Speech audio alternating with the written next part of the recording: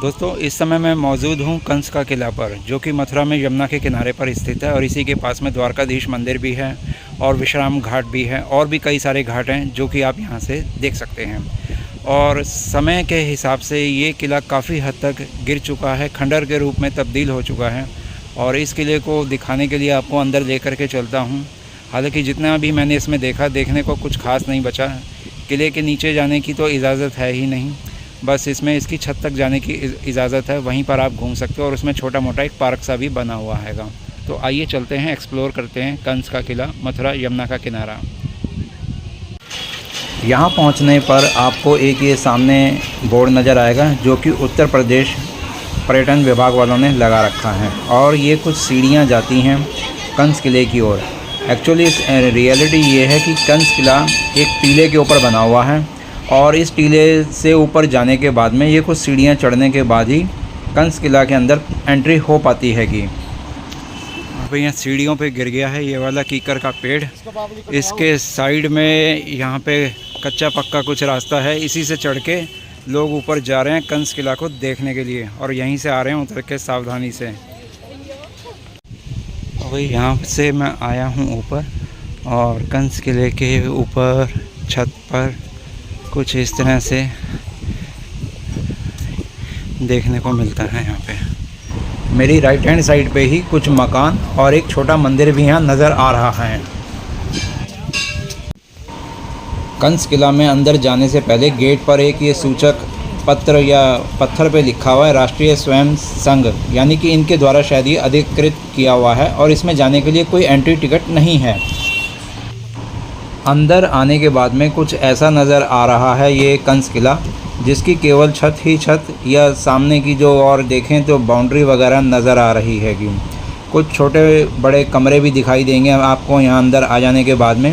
लेकिन एक बात गौर करने वाली है कि यहाँ पुरातत्व विभाग द्वारा कोई शिलापट या शिलालेख यहाँ पर नहीं लगी हुई है, वो कुछ अजीब सा लगता है यहाँ देखने पर।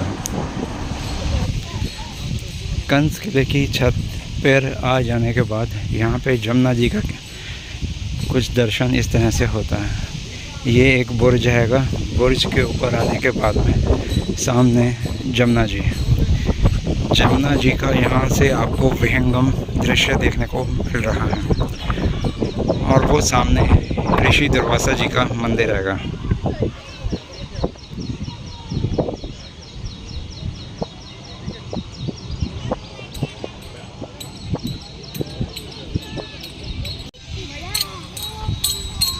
जो ये किला है, हालांकि समय के अनुसार ये अपनी जो इमारत है उसको करीब करीब खो चुका है और इस पे कुछ ये इस तरह का आज के ज़माने के हिसाब से भी निर्माण हो चुका है यहाँ पर।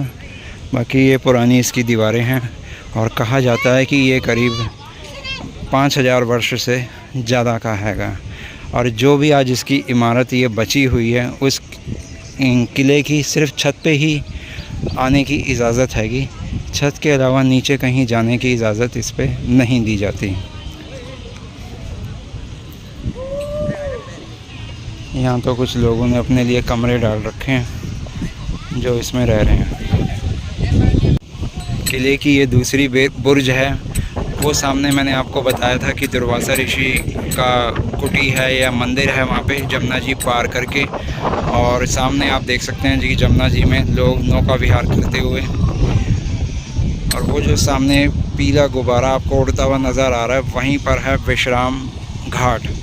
ऐसा बताया जाता है कि कंस का वध करने के बाद में कृष्ण भगवान ने उसी जगह पर कुछ देर के लिए विश्राम करा था और अपना जमुना जी में यहाँ पर विश्राम करने के बाद में उन्होंने यहाँ पर अपना स्नान आदि या हाथ मुँह वगैरह धोया था।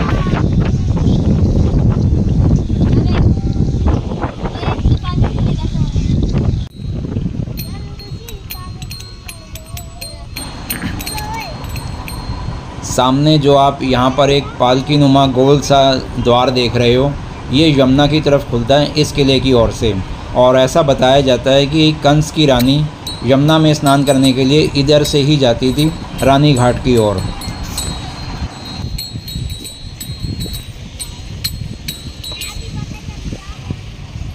यहाँ पर भी ये छत गिर गई है, इसमें कुछ पौधे वगैरह उग गए हैं और यहाँ पे गड्ढा भी हो रहा है। तो ऐसी जगह पे ज़्यादा घूमना या आगे तक जाना ठीक नहीं है। सामने इस किले की दीवार भी है ये। बाकी बहुत ताज्जुब की बात है कि अब से 5000 साल पुराने या 5,500 साल पुराने किसी भी भवन की, किले की इमारत आज के ज़माने में भी देखने को मिल रही है। वो भी कृष्ण भगवान के युग का समय, उनके मामा का, कंस का किला का ये पूरा नज़ारा है। तो बस ये इतना ही है ये किला, जिसको कंस का किला के नाम से जाना जाता है। और ये जमुना के किनारे पर है, ये तो आप देख ही चुके हो।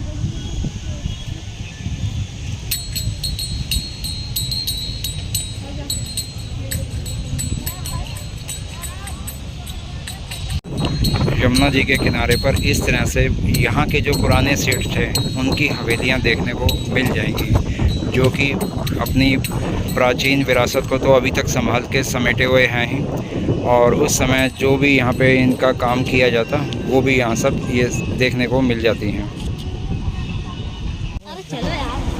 अभी जो मैंने आपको छत से दिखाया था ना कुछ कमरे, और ये वही जगह हैगी। इसमें नीचे आने के बाद में कुछ कमरे दिखाई देते हैं, जिसमें एक साइड बड़े कमरे हैंगे और एक साइड छोटे कमरे हैं। और यहाँ पे कुछ ऐसा विशेष नहीं है। और सामने एक ये वाला भी कमरा है, जिसमें अंदर जाने के लिए तो कोई दरवाज़ा है नहीं, और अंदर ही इसमें 2 दरवाजे और खुलते हैं। तो ये कितने बड़े कमरे हैं या छोटे कमरे हैं, इनमें क्या रखा हुआ है या इन्हें कौन इस्तेमाल करता है, ये मेरे को यहाँ कोई जानकारी नहीं मिली है। किले की जो भी छत गिर चुकी है वो नई और पुरानी दोनों तरह की यहाँ नीचे आप देख पा रहे हो।